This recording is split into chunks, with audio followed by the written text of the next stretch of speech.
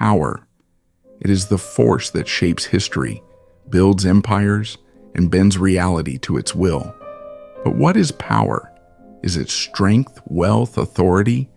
Or is it something deeper, something far more elusive? Friedrich Nietzsche argued that power is not merely dominance. It is the will to become more than what you are. It is not given, it is taken. And no one embodied this idea more than Alexander the Great, a man who refused to be bound by limits, who looked at the known world and saw not borders, but possibilities. At the heart of power lies a single question: what separates those who rule from those who are ruled? Nietzsche divided humanity into two categories: the herd, the masses who seek comfort, security, and external validation; the Overman, Ubermensch, the rare individual who creates his own values, defies convention, and bends the world to his vision. Power, then, is not just about ruling others. It is about ruling oneself, about breaking free from the passive existence of the many to become something greater. Alexander the Great did not inherit his power. He took it. At 20 years old, he ascended to the throne of Macedonia. At 22, he marched into Asia. By 30, he had conquered the known world. His power was not in his armies alone, it was in his mind, his will, his refusal to accept the limits imposed by others. This is the essence of power, the ability to impose your will upon reality and make the world bend. Many believe that power is found in wealth, status, or control over others. But this is a delusion. History is filled with kings who ruled nations but were powerless over themselves, emperors who were feared by millions but crumbled under their own desires. Alexander understood this truth when he stood before the philosopher Diogenes. Diogenes lived in rags, rejecting all material wealth. When Alexander, the most powerful man on earth, asked if he could grant him anything, Diogenes simply replied, "Yes. Step aside. You are blocking my sunlight." Alexander's response? "If I were not Alexander, I would be Diogenes." Because true power is not just the ability to command others, it is the ability to command oneself. Power demands everything. It is not given freely. It is taken at great cost. Alexander took the world, but in doing so burned through his own life. Nietzsche shattered the illusions of morality, but was consumed by his own mind. Power is both creation and destruction. And those who seek it must ask themselves, are you willing to pay the price? Because power is not for those who wish for comfort. It is for those who dare to step beyond the limits of the ordinary, for those who refuse to live as anything less than what they were meant to be. And in the next chapter, we will go deeper. We will explore the mind of the powerful man, the psychology of those who rise while others remain stagnant, and what it truly means to forge your own destiny. Power is not just physical. It is not brute force, wealth, or control over others. True power begins in the mind. The ability to see what others cannot, to remain composed where others falter, to strategize, adapt, and command not only the world, but oneself. Alexander the Great did not conquer the known world because he was the strongest. He conquered it because he understood the game of power better than anyone who stood in his way. And in this, he embodied what Nietzsche called the Overman, the man who does not simply react to life, but bends life to his own will.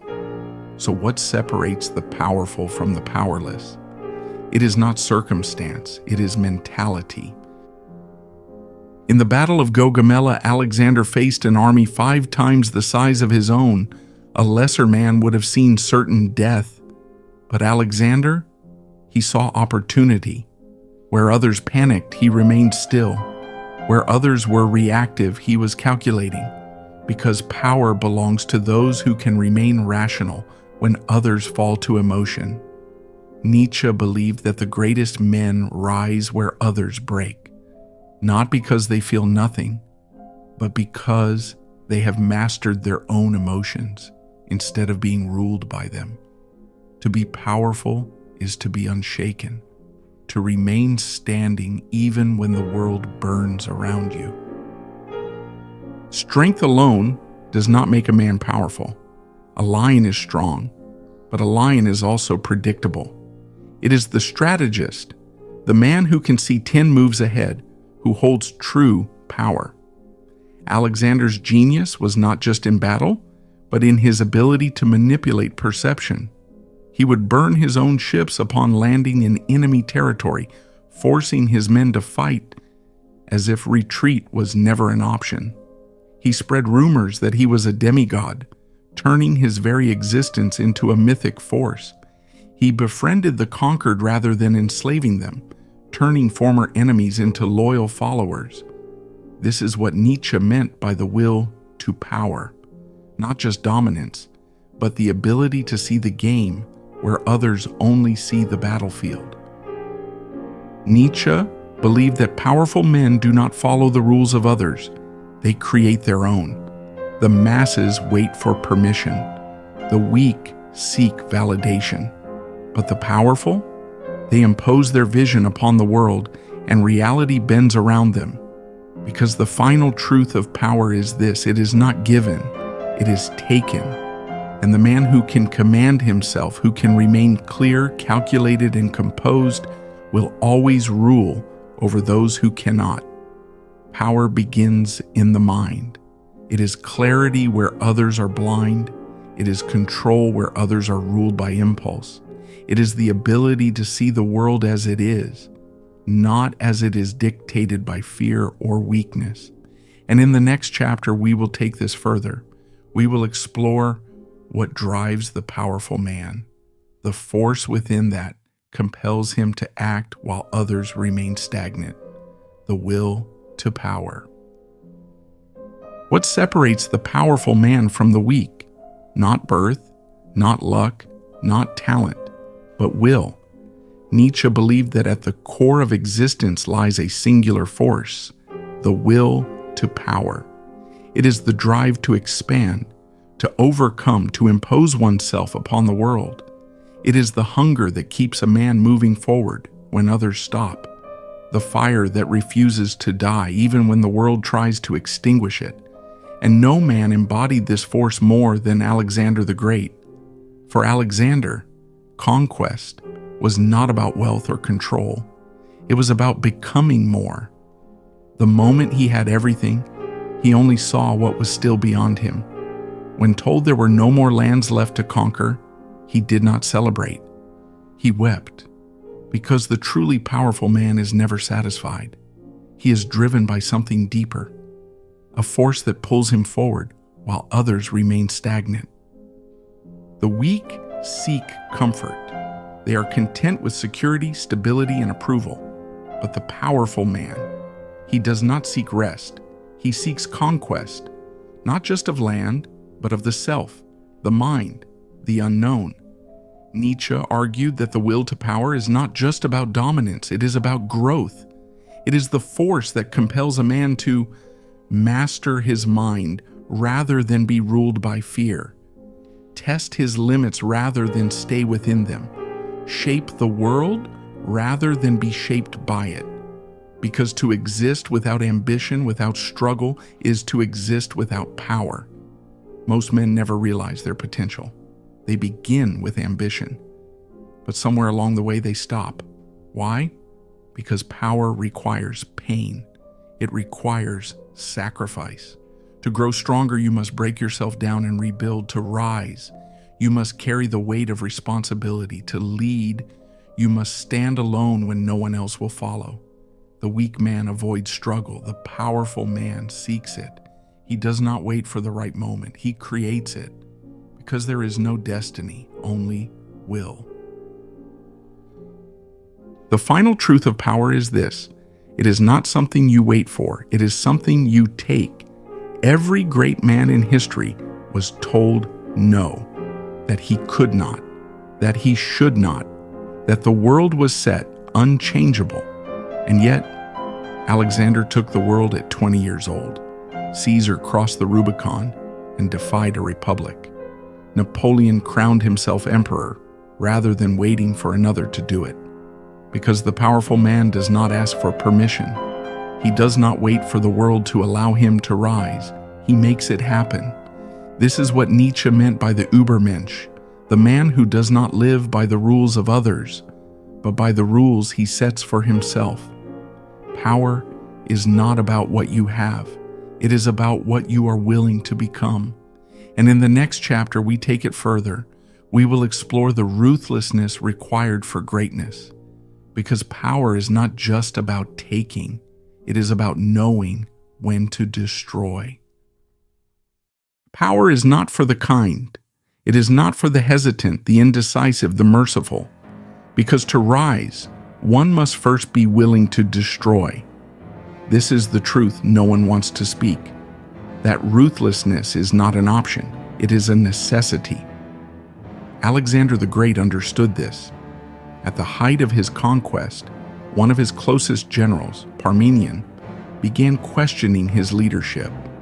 This man had fought beside Alexander's father, Philip. He had served with loyalty for decades. And yet, the moment Alexander sensed that Parmenion could become a threat, he had him killed, not out of cruelty, but out of necessity, because power does not allow hesitation, and those who hesitate lose everything. Nietzsche believed that morality was a tool used by the weak to control the strong, that kindness, humility, and forgiveness were weapons designed to keep men docile, to weaken the ambitious, to make them ashamed of their own strength. But history tells a different story. It tells us that those who show mercy too soon, who let their enemies live, often regret it. Caesar spared his enemies. They later assassinated him. Louis XVI hesitated to crush the revolution. He was executed by it. Tsar Nicholas II refused to rule with an iron hand. His entire family was massacred. Because power is not about being liked. It is about being feared enough to never be challenged. Weak men make decisions based on emotion. Powerful men make decisions based on outcome. Alexander did not kill Parmenion out of hatred. He did it because he understood the laws of power. Any threat, no matter how small, must be eliminated before it grows. Loyalty lasts only as long as self-interest. If you are not feared, you are nothing. It is not cruelty. It is pragmatism. Because those who hesitate, those who cling to kindness, mercy, or fairness, do not rule for long. Power demands sacrifice, not just of time or effort, but of people, attachments, even parts of yourself. Nietzsche wrote that the Overman must transcend conventional morality, that he must be willing to act beyond good and evil. Because morality is a chain. It prevents action. It creates hesitation. It weakens the will. And power, true, unshakable power, requires that nothing is placed above it. Not friendship, not love, not sentiment, only purpose, only domination. Ruthlessness is not cruelty, it is clarity. It is the ability to see the game for what it is, without illusion, without hesitation. The ability to cut off weakness before it destroys you. This is the burden of power. And in the final chapter, we will take it to its highest form. We will explore the legacy of the powerful man. Because power is not just about winning in the moment. It is about ensuring that your name is never forgotten. Power is not measured in the moment. It is measured in what remains when the man is gone. Because every kingdom crumbles. Every empire fades. Every ruler must face death. But the truly powerful man does not die. His name becomes more than flesh, more than history, more than time itself. Alexander the Great has been dead for over 2,000 years, and yet we still speak his name, because true power is not in conquest alone, but in creating something so great that the world can never erase it. Nietzsche believed that the highest form of power was self-overcoming, that the greatest men were not those who merely ruled others, but those who created something so profound, so undeniable, that it transcended their own existence. Julius Caesar fell, but the Roman Empire endured for centuries. Napoleon was exiled, but his name became legend. Nietzsche himself died in obscurity, but his ideas reshaped modern philosophy. Because power is not about holding on to life, it is about leaving behind something greater than yourself. This is why Alexander never stopped, why he refused to be satisfied, because to stand still is to be forgotten. Most men live as footnotes. They pass through history unseen, unremembered, content with comfort, content with being nothing more than what the world allows them to be. But the powerful man, he refuses obscurity. He does not seek to be liked. He does not seek to be safe. He does not seek to be ordinary. He seeks only one thing: to etch his name into eternity. At the end of his life, Alexander was asked, "To whom do you leave your empire?" And his answer, "To the strongest." Because power is not something that can be given. It must be earned, fought for, taken. And the only question that remains is this: will you take it? Will you rise beyond the ordinary? Will you shape the world rather than be shaped by it? Will you build something so great that it can never be erased?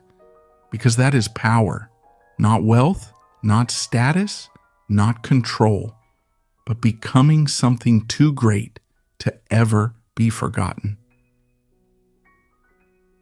This is the path of the powerful man, the path of struggle, dominance, self-mastery, and creation. But it is not for the many. It is for the few, those who dare, those who refuse limits. If you are among them, then your journey is only beginning.